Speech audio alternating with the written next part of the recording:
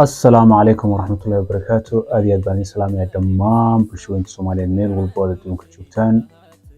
وولكن أبوان شايف أحمد أو إذن له نولي كلانتي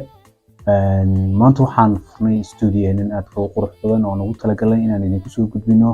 waxyaabo badan oo idin raali gelin doona insha Allah sida muuqaalo qurux badan madadaalo murti xikmado challenge-yo iyo majaajilooyin insha Allah taala maanta taariikhdu waa 18 bishii 8 2022 laga bilaabo maanta waxaad nagala socon doontaan haddii Ilaahay nafta inoo daayo